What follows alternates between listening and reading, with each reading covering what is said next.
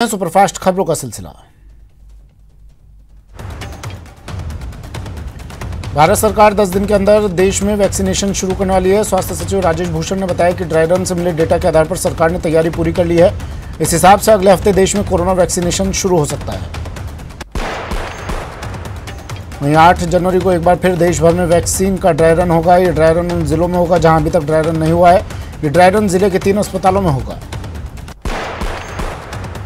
CM Ashok Gehlot ने प्रदेश में corona के हालात और वैक्सीनेशन की तैयारियों की समीक्षा की। देश और प्रदेश में कोविड-19 के नए स्ट्रेन पर चिंता जताते हुए अधिकारियों को सतर्क रहने के निर्देश दिए। सीएम गहलोत ने इंग्लैंड से आए यात्रियों पर खास नजर रखने के निर्देश दिए। साथ ही कहा कि नए स्ट्रेन को लेकर प्रदेश की ओर से केंद्र सरकार को आवश्यक सुझाव जल्द भेजे जाएं। ब्रिटेन से शुरू हुए कोरोना वायरस के नए स्ट्रेन का संक्रमण भारत में लगातार बढ़ता जा रहा है और एनआईवी पुणे लैब में 20 नए मामले सामने आए हैं। इसके बाद भारत में नए कोरोना स्ट्रेन के संक्रमितों की संख्या 58 तक पहुंच गई है। किसान आंदोलन का आज 42वां दिन है। खराब मौसम की वजह से किसानों ने 6 जनवरी के बजाय 7 जनवरी को दिल्ली के चारों तरफ ट्रैक्टर मार्च निकालने का ऐलान किया है। उन्होंने कहा कि मार्च 26 जनवरी को होने वाली ट्रैक्टर परेड का ट्रायल होगा। कृषि कानूनों के खिलाफ महाराष्ट्र से चलकर शाहजहांपुर बॉर्डर पर जा रहे किसान कोटा में पहुंचे, जिनका अखिल भारतीय किसान संघर्ष समन्वय समिति और गुरुद्वारा प्रबंधन कमेटी ने स्वागत किया। किसान नेताओं ने कहा कि अगर केंद्र सरकार ने किसानों की मांग 3 कृषि काले कानून वापस नहीं लिए तो देश का किसान 26 जनवरी की दिल्ली परेड में ट्रैक्टर ट्रॉली लेकर शामिल होंगे। प्रदेश में स्कूल कॉलेज 18 जनवरी को फिर से खोलने की तैयारी है। वहीं सरकार ने medical college, dental college, nursing college और पैरामेडिकल कॉलेज 11 जनवरी से खोलने के भी निर्देश दिए हैं। सेंट्रल विस्टा प्रोजेक्ट को लेकर सीएम अशोक गहलोत ने ट्वीट पर केंद्र सरकार पर निशाना साधा। उन्होंने ट्वीट के जरिए कहा कि सुप्रीम कोर्ट ने सेंट्रल विस्टा प्रोजेक्ट को मंजूरी दे दी, लेकिन कोरोना महामारी के कारण बने आर्थिक संकट के माहौल में इसे टाला जा सकता था। प्रदेश के 20 जिलों के 90 निकायों में 28 जनवरी को वोटिंग होगी और 30 जनवरी को नतीजे आएंगे। चुनाव के लिए 11 जनवरी को अधिसूचना जारी होगी। चलिए फिर से शुरू करते हैं सुपरफास्ट खबरों का सिलसिला। सीएम गहलोत ने प्रदेश में बर्ड फ्लू की स्थिति और रोकथाम को लेकर समीक्षा बैठक की। बैठक में पशुपालन मंत्री लालचंद्र कटारे सहित पशुपालन विभाग के वरिष्ठ अफसर भी मौजूद रहे। बर्ड फ्लू की समीक्षा के बाद सीएम गहलोत ने ट्वीट भी किया, जिसमें उन्होंने लिखा कि करीब 16 जिलों में पक्षियों की मौत और अभी तक 4 जिलों में बर्ड फ्लू के पॉजिटिव मामले पाए जाने को गंभीरता से लेना होगा। बर्ड फ्लू ने जालोर में भी दस्तक दे दी। जिले के आड़वाड़ा और आकोली गांव में अब तक 29 कौवों की मौत हो चुकी है। वन विभाग के अधिकारी मरे हुए कौवों के सैंपल इकट्ठा कर जांच में जुट गए हैं। सीएस निरंजन आर्य दिल्ली दौरे पर हैं, जहां वो संसदीय समिति की समीक्षा बैठक में हिस्सा लेंगे। महिलाओं पर बढ़ते अत्याचार को लेकर बैठक बुलाई गई है। भरतपुर के डीग में 2 पक्षों में पथराव में 6 से ज्यादा लोग घायल हो गए। घायलों को अस्पताल में भर्ती करवाया गया है। निर्माण कार्य को लेकर हुए विवाद में खूनी झड़प हुई। पुलिस ने कई लोगों को हिरासत में लिया है। अलवर जिले के भिवाड़ी औद्योगिक इलाके में प्रयाग पॉलीमर्स कंपनी में आग लग गई। मौके पर पहुंची फायर ब्रिगेड की टीम ने कड़ी मशक्कत के बाद आग पर काबू पाया। जयपुर के ब्रह्मपुरी इलाके में ट्रोला पलटने से 3 लोगों की मौत हो गई, जबकि 3 लोग गंभीर रूप से घायल हो गए। हादसे के बाद मौके पर अफरा तफरी मच गई। घायल लोगों को इलाज के लिए एसएमएस अस्पताल में भर्ती करवाया गया। हादसे के बाद ट्रोला चालक मौके से फरार हो गया। करौली के मासलपुर थाना इलाके में जीप और ट्रक में जोरदार टक्कर हो गई। हादसे में 3 लोगों की मौके पर ही मौत हो गई, जबकि एक शख्स गंभीर रूप से घायल हो गया। चूरू जिले के सुजानगढ़ सालासर रोड पर देर रात एक कार और ट्रेलर में जोरदार टक्कर हो गई। इस हादसे में 2 युवकों की मौत हो गई, जबकि 2 युवक घायल हो गए। अलवर जिले के टोडा गांव में अस्थि विसर्जन के लिए कार से जा रहे परिवार की गाड़ी को टक्कर मार दी। हादसे में ड्राइवर सहित 4 लोगों की मौत हो गई, जबकि 5 लोग गंभीर रूप से घायल हो गए। अलवर में शिवाजी पार्क थाना अंतर्गत अलवर दिल्ली रेलवे ट्रैक पर डबल फाटक के पास मालगाड़ी की चपेट में आने से एक व्यक्ति की मौत हो गई। पुलिस ने शव की शिनाख्त के प्रयास किए, लेकिन शिनाख्त नहीं होने पर शव को सामान्य चिकित्सालय के मोर्चरी में रखवा दिया गया। अलवर जिले के मालाखेड़ा थाना अंतर्गत अलवर सिकंदरा हाईवे पर एक कार और बाइक में भिड़ंत हो गई, जिसमें बाइक सवार की मौत हो गई। भरतपुर से 1 महीने पहले खलासी की नौकरी करने गए युवक की हत्या का मामला सामने आया है। मृतक के पिता ने ट्रक चालक तैयब के खिलाफ हत्या का केस दर्ज करवाया है। कोटा के विज्ञान नगर इलाके में एक बदमाश ने सीए के घर में घुसकर लूटपाट की कोशिश की। हालांकि सीए की पत्नी ने छत पर जाकर शोर मचा दिया, जिसके बाद आसपास के लोग जमा हो गए। आरोपी चोर को पकड़ लिया गया। जोधपुर में पुलिस ने स्कॉर्पियो से स्टंट करने के आरोप में 3 युवकों को गिरफ्तार किया है। बर्थडे पार्टी से लौटते वक्त स्टंट का वीडियो वायरल होने के बाद पुलिस ने कार्रवाई की। कोटा में पुलिस ने स्मैक के साथ एक तस्कर को गिरफ्तार किया। पुलिस ने आरोपी के कब्जे से 1.52 ग्राम स्मैक और 9,000 रुपये बरामद किए। भरतपुर में पुलिस ने देसी शराब और विस्फोटक सामग्री के साथ एक आरोपी को गिरफ्तार किया है। आरोपी कई सालों से अवैध शराब का कारोबार करता है। भरतपुर के बयाना के रेलवे कॉलोनी में चोरों ने सरकारी क्वार्टर को निशाना बनाया और दिन दहाड़े ताला तोड़कर सोने चांदी के जेवरात सहित 20,000 की नकदी पार कर दी। श्रीगंगानगर में डीएसटी ने ऑनलाइन क्रिकेट बुकी चलाते 4 सटोरियों को दबोचा है। पुलिस ने 35,880 रुपये कैश और लाखों का हिसाब बरामद किया। इस दौरान 15 मोबाइल, 1 लैपटॉप और 1 डोंगल भी मकान से जब्त किया गया। चित्तौड़गढ़ के कपासन क्षेत्र में ट्रांसफार्मर से ऑयल चोरी करने वाले मास्टरमाइंड को पुलिस ने गिरफ्तार किया है। पुलिस ने मामले में 4 आरोपियों को गिरफ्तार किया है। दौसा के कोलवा थाना क्षेत्र में मानसिक रूप से कमजोर महिला के साथ दुष्कर्म का मामला सामने आया है। मामले में पुलिस ने मुकदमा दर्ज कर जांच शुरू कर दी है। कोटा में 10 लाख रुपए की 16 किलो 654 ग्राम चांदी की ठगी मामले में पुलिस ने आरोपी को गिरफ्तार कर लिया है। पुलिस ने ठगी की राशि को बरामद कर आगे की जांच शुरू कर दी है। कोटा के इटावा उपखंड के मुंगेना गांव में खेल खेल में 5 बच्चे रतनजोत के बीज खा गए, जिसके बाद उनकी तबीयत बिगड़ गई, जिन्हें इलाज के लिए इटावा उप स्वास्थ्य केंद्र ले जाया गया। अलवर जिले के शाहजहांपुर पुलिस ने 5,000 के नामी बदमाश को अवैध हथियार के साथ गिरफ्तार कर लिया, जिसके कब्जे से 1 देसी कट्टा और कारतूस बरामद किया गया। टोंक जिले के टोडा सिंह थाना क्षेत्र की ग्राम पंचायत हमीरपुरा में दिन दहाड़े कार सवार आधा दर्जन बदमाशों ने पूर्व सरपंच सुगना खारोल के पति सत्यनारायण के पैर में गोली मार दी। घटना का मुख्य कारण राजनीतिक रंजिश बताया जा रहा है। अलवर के शिवाजी पार्क थाना पुलिस ने अध्यापिका से मोबाइल छीनने के मामले में 4 आरोपियों को गिरफ्तार किया है। पुलिस ने इनके कब्जे से छीना हुआ मोबाइल और इस्तेमाल किया गया ई-रिक्शा बरामद कर लिया है। हिंडौन सिटी के सदर थाना क्षेत्र के मोठियापुरा गांव के जंगलों में एक युवक की लाश मिली है। पुलिस ने मामले का पर्दाफाश करते हुए हत्या के आरोपी 2 चचेरे भाइयों को गिरफ्तार किया है। पहाड़ों पर भारी बर्फबारी से मुश्किलें बढ़ गई हैं। हिमाचल की सड़कों पर फंसे सैकड़ों सैलानियों की जान पर आफत में है, तो उत्तरकाशी में बर्फीले कर्फ्यू से लोग घरों में कैद हो गए हैं। करौली में बीती रात हुई बारिश के बाद ठंड एक बार फिर से बढ़ गई है। जिले में आज सुबह से ही घना कोहरा छाया रहा, वहीं विजिबिलिटी बेहद ही कम होने के कारण राहगीरों को सफर करने में काफी कठिनाइयों का सामना करना पड़ा। 3 दिनों तक मावठ के बाद आज दौसा में एक बार फिर मौसम में बदलाव दिखा। दौसा में सुबह से ही घना कोहरा छा गया, जिसके चलते लोगों की दिनचर्या पूरी तरह से प्रभावित होती नजर आई। चूरू में मौसम का ट्रिपल अटैक देखने को मिल रहा है। यहाँ बारिश के बाद दिन और रात के तापमान में मामूली अंतर देखने को मिल रहा है, जिससे मौसम में नमी बढ़ गई है। जैसलमेर जिले के मोहनगढ़ में पिछले 2 दिनों से लगातार तापमान में आ रही गिरावट से आमजन का जनजीवन अस्त व्यस्त हो गया। लगातार गिर रहे तापमान के कारण सर्द हवाओं ने झकझोर कर रख दिया है।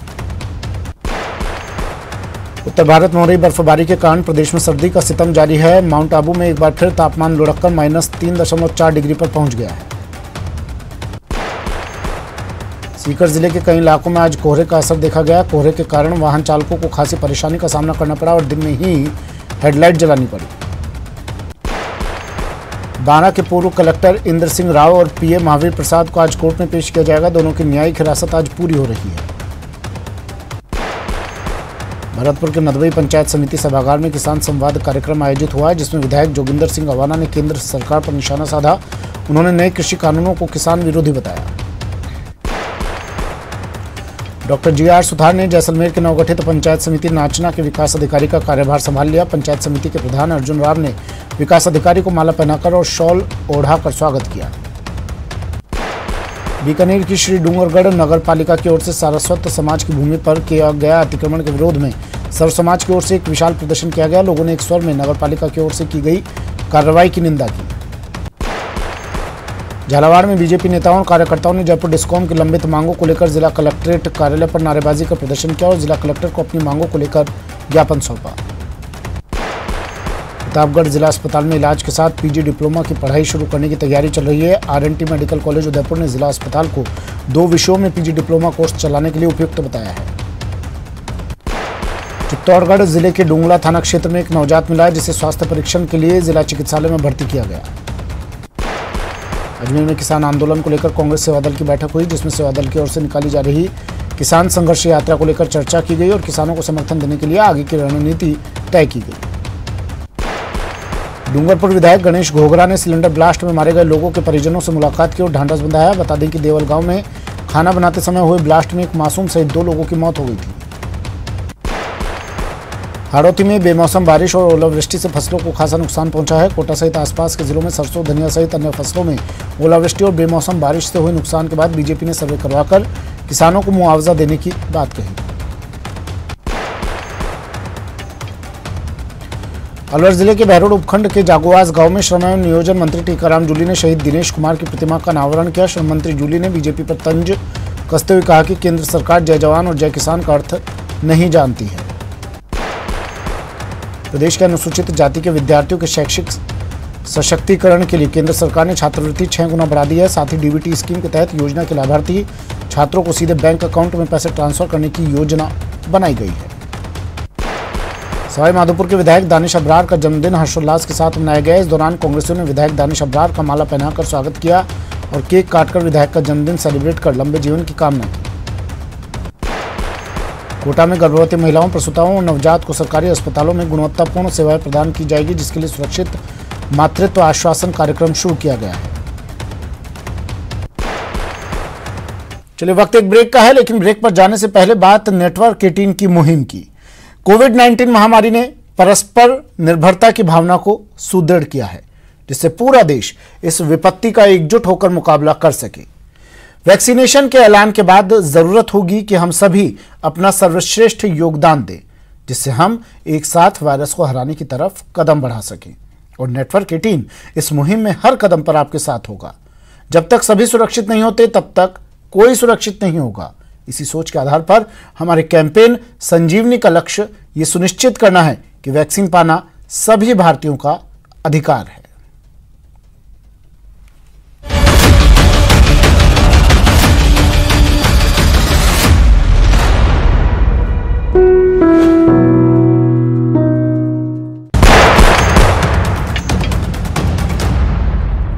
ब्रेक के बाद स्वागत है आपका। फिर से शुरू करते हैं सुपरफास्ट खबरों का सिलसिला।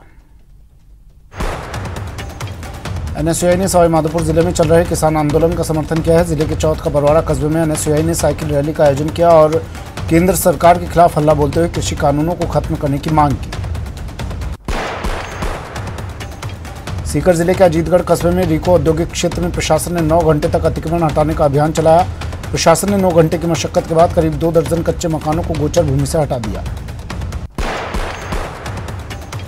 बाघ संरक्षण एवं ग्रामीण विकास समिति तथा टाइगर वॉच के संयुक्त तत्वाधान में रणथंभौर में सरस डेयरी से लेकर गणेश धाम तक युद्ध स्तर पर साफ सफाई की जा रही है। 1 जनवरी से शुरू किया गया ये कार्य 7 जनवरी को समाप्त होगा। कोटा में मौसमी बीमारी और कोरोना रोकथाम के लिए चिकित्सा विभाग की टीमें घर घर जाकर सर्वे और एंटी लार्वा एक्टिविटी कर रही हैं। सीएमएचओ डॉक्टर भूपेंद्र सिंह तंवर ने बताया कि टीमों ने 10,931 पानी के जल स्रोतों को उपचारित किया है। करौली में स्थानीय नगर परिषद सभापति रशीदा खातून रोडवेज बस स्टैंड पर संचालित इंदिरा रसोई घर का निरीक्षण किया। इस दौरान खातून ने रसोई घर की व्यवस्थाओं की जानकारी लेने के साथ वहां पर लोगों को भोजन भी करवाया। कोटा में प्लास्टिक सर्जन डॉक्टर निर्मल गुप्ता का जन्मदिन मनाया गया, जिसमें कई चिकित्सकों, आरपीएस ऑफिसर सहित अस्पताल स्टाफ ने रक्तदान किया। कोटा में 3 स्थानों पर हुई चोरी की घटना के बाद ग्रामीण एसपी शरद चौधरी ने कोटा ग्रामीण के दिगो थानाधिकारी नंद सिंह को कर्तव्य में लापरवाही बरतने पर निलंबित कर दिया। थानाधिकारी पर गाज गिरने के बाद कोटा ग्रामीण पुलिस महकमे में हड़कंप मच गया। सीकर जिले के दाता रामगढ़ कस्बे में फर्जी वोटर आईडी कार्ड बनाने के गोरखधंधे का खुलासा हुआ है। उपखंड अधिकारी अशोक रेणवा ने भांडाफोड़ करते हुए 2 ई-मित्र संचालकों को पकड़कर पुलिस के हवाले कर दिया। सवाई माधोपुर जिला मुख्यालय के कलेक्ट्रेट पर बीजेपी कार्यकर्ताओं ने जमकर विरोध किया। बीजेपी कार्यकर्ताओं ने राम मंदिर निर्माण कार्य में सहयोग देने हेतु की जा रही बैठकों का विरोध करने वाले असामाजिक तत्वों के खिलाफ कार्रवाई करने की मांग की।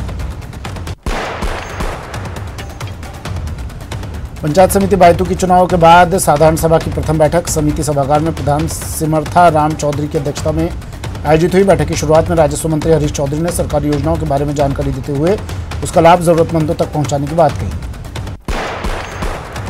कोटा में राष्ट्रीय शहरी स्वास्थ्य मिशन के तहत शहरी प्राथमिक स्वास्थ्य केंद्र गोविंद नगर की ओर से चंद्रशेखर आवासीय योजना DCM रोड कंसुआ में निःशुल्क आउटरीच चिकित्सा शिविर का आयोजन किया गया, जिसमें 75 मरीजों का निःशुल्क उपचार किया। बूंदी जिले के केशवरायपाटन कस्बे में पिछले 20 सालों से बंद पड़ी सहकारी शुगर मिल को फिर से चालू करने की मांग की गई, जिसके लिए आंदोलनरत क्षेत्र के किसानों ने जन जागरण अभियान का शुभारंभ किया। अलवर शहर के विधायक संजय शर्मा व्यापारियों की समस्याओं को लेकर जिला कलेक्टर नन्नूमल पहाड़िया से मिले और उन्हें एक ज्ञापन सौंपकर कोविड-19 के चलते व्यापार जगत एवं पानी की समस्याओं को शीघ्र निराकरण की मांग की। अलवर जिले के मुंडावर विधानसभा क्षेत्र को एडीएम कार्यालय भिवाड़ी में जोड़ने पर लोगों में भारी आक्रोश है। मुंडावर क्षेत्र को नवसृजित एडीएम कार्यालय भिवाड़ी से हटाने की मांग तेज हो गई है। भीलवाड़ा अजमेर नेशनल हाईवे 79 पर बेरा गांव के लोग ब्रिज बनाने की मांग को लेकर पिछले 5 दिनों से धरना दे रहे हैं। ग्रामीणों का आरोप है कि हाईवे को 6 लाइन बनने से एक तरफ से दूसरी तरफ आने जाने में मुश्किल होगी। जोधपुर नगर निगम के केरू स्थित डंपिंग स्टेशन में भीषण आग लग गई। सूचना पर दमकल की 4 गाड़ियां मौके पर पहुंची और 2 घंटे की मशक्कत के बाद आग पर काबू पाया गया। पूर्व मंत्री विजय गोयल 1 दिवसीय दौरे पर मेहंदीपुर बालाजी धाम पहुंचे। गोयल ने पत्नी सहित बालाजी महाराज के दर्शन कर भगवान की विशेष पूजा अर्चना की और देश प्रदेश में खुशहाली की मनौती मांगी। प्रधानमंत्री आवास योजना में भीलवाड़ा को 3 राष्ट्रीय पुरस्कार मिलने का घुमंतु और अर्ध घुमंतु समाज के लोगों ने विरोध किया। उन्होंने UIT के अधिकारियों पर आरोप लगाया कि अब तक आवास योजना में उन्हें एक किस्त ही प्रदान की गई है। भीलवाड़ा जिला कलेक्ट्रेट पर शिक्षा बचाओ संयुक्त संघर्ष समिति के बैनर तले निजी स्कूल संचालकों ने शिक्षा मंत्री गोविंद सिंह डोटासरा का पुतला दहन किया। उन्होंने जिला कलेक्टर को शिक्षा मंत्री और मुख्यमंत्री के नाम ज्ञापन सौंपा। कोटा, बूंदी और बांदा जिलों में बारिश होने के कारण CAD प्रशासन ने मुख्य नहर में जल प्रवाह बंद कर दिया। नहर के अधीक्षण अभियंता राजीव कुमार के मुताबिक नहरी कमांड क्षेत्र में पिछले दिनों बारिश होने के कारण किसानों की नहरी पानी की डिमांड कम हो गई है। RPS सुधीर जोशी ने डूंगरपुर SP के रूप में अपना पदभार ग्रहण किया। इस मौके पर वहां मौजूद पुलिस अधिकारियों ने उनका स्वागत किया। RPS से IPS में प्रमोट होकर आए सुधीर जोशी ने पहली बार SP के रूप में किसी जिले की कमान संभाली है।